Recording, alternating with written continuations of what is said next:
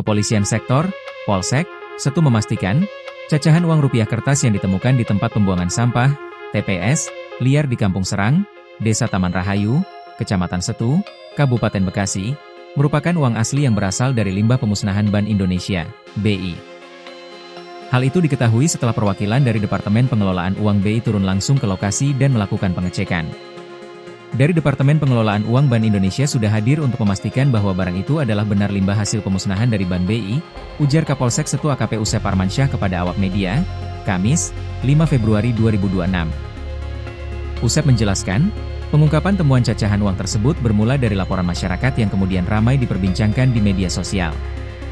Menindaklanjuti laporan itu, polisi mendatangi lokasi TPS liar untuk melakukan pengecekan. Di lokasi, polisi menemukan sejumlah karung berisi cacahan uang kertas dengan nominal yang berbeda-beda. Namun, sebagian karung sudah dalam kondisi sobek sehingga potongan uang berserakan di area TPS. Kemudian kita mengamankan beberapa karung yang masih utuh, karena ada sebagian yang sudah sobek sehingga isi cacahannya berserakan, ujarnya.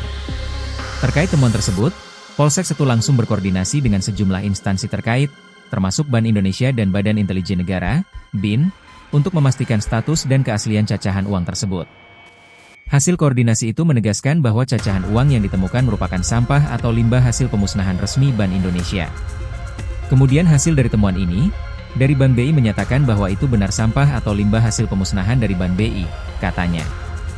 Meski demikian, Usep menyebutkan, kemungkinan adanya pelanggaran akan dikaji secara internal oleh pihak Bank Indonesia. Saat ini, Polsek Setu masih menunggu hasil klarifikasi lanjutan dari Bank Indonesia terkait mekanisme pembuangan limbah tersebut.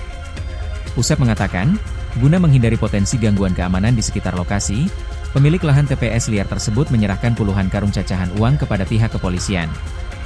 Jadi inisiatif dari pemilik lahan menyerahkan 21 karung ini ke kami, ke Polsek. Sehingga saat ini dipindahkan ke Polsek. Penyerahannya tadi malam sekitar jam 8 malam, ujar Usep.